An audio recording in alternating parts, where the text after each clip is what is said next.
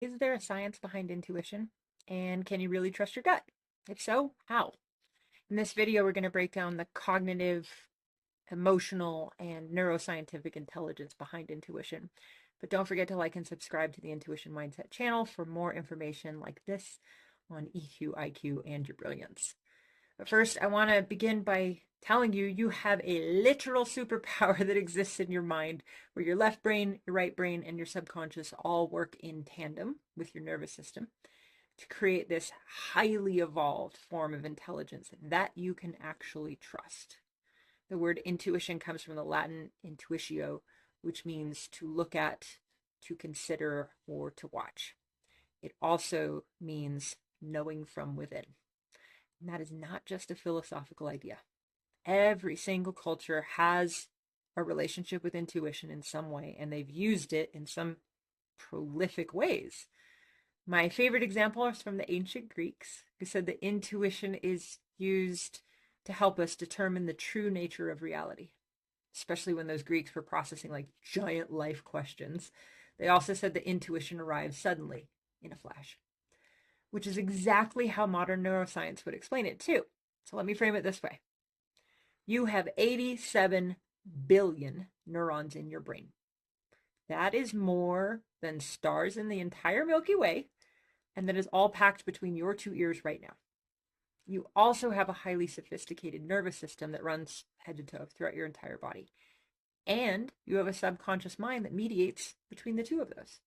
And the subconscious mind's bananas. Like, it's been recording 11 million bits of data per second since the day you took your first breath. It records everything. Everything that you're aware of, and mostly this stuff that you are not even close to being aware of. Don't touch a hot stove. How much pressure do I need to pick up a glass? What kind of flowers does mom want on Mother's Day? Some of the stuff you can recall, some of the stuff you can't. It's all in there, though. It's kind of like an internal database of your life. And your intuition draws on all of it, especially repeated patterns. That's how it can be so powerful. It acts as a bridge between your conscious and your unconscious mind. And it's going to help you make leaps in understanding without needing to show your work as to how you got there. And the more you practice your intuition, the more precise it becomes. But only if it can reach you. And that's where most people get stuck because a lot of things can block our ability to connect with our intuition. Let's talk about the two biggest ones. That's unprocessed emotions and mental clutter. So emotions and mind.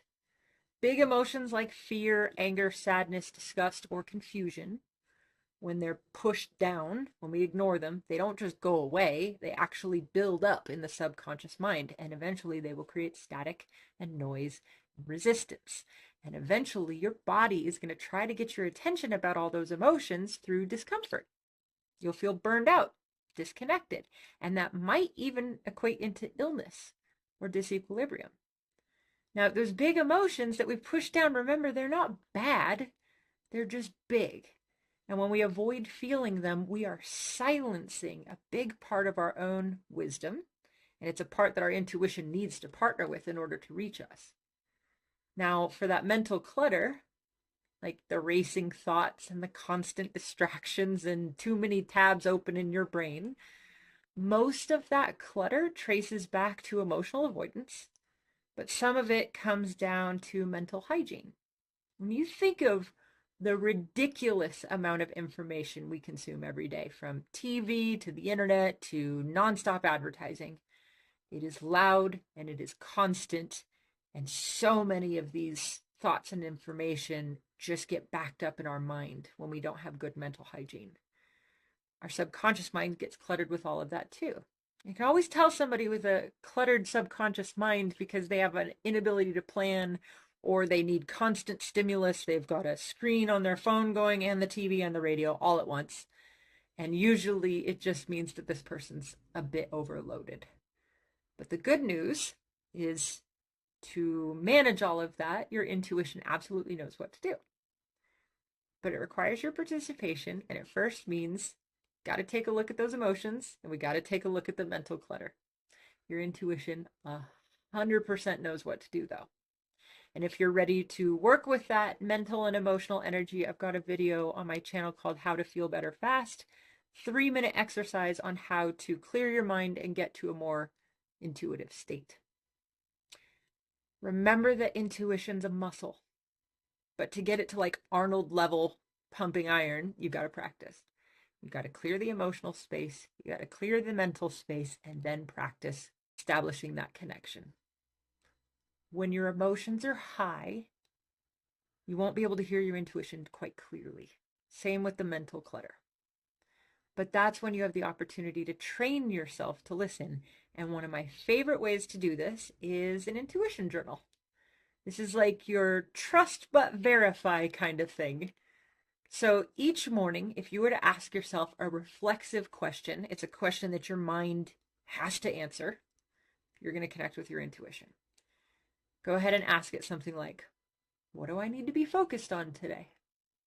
And you keep your body relaxed and you keep your emotions kind of fluid, and your mind eventually comes up with a word, family. And you're like, that's weird.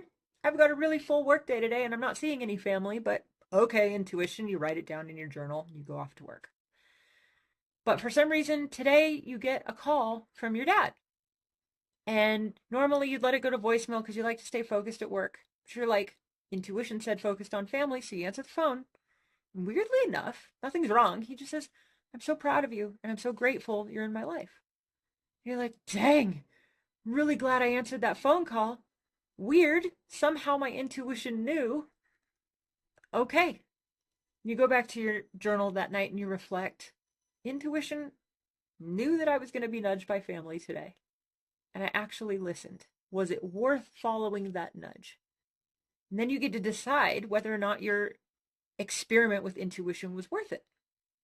Now, your intuition will inform you on every single part of your life should you allow it. So, running back to the question, is there a science behind intuition? There absolutely is, and you are the scientist. You are designed to learn about how your own intuition works, kind of like through the scientific method.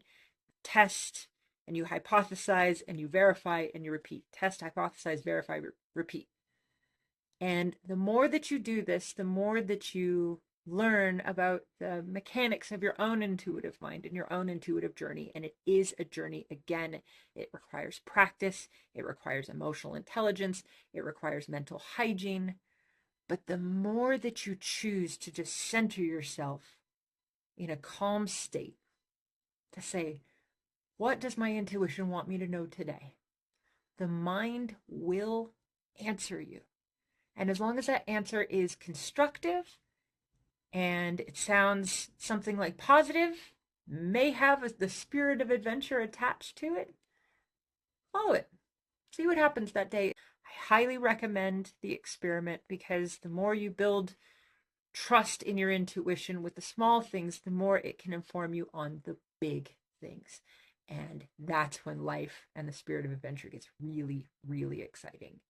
So thanks for joining today. Again, hit like and subscribe. Share this video if you thought it was helpful and you know somebody else starting their intuition journey.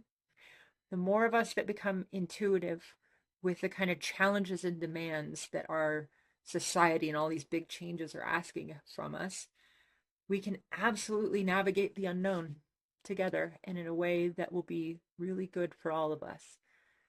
Your intuition totally knows the way. See you next time.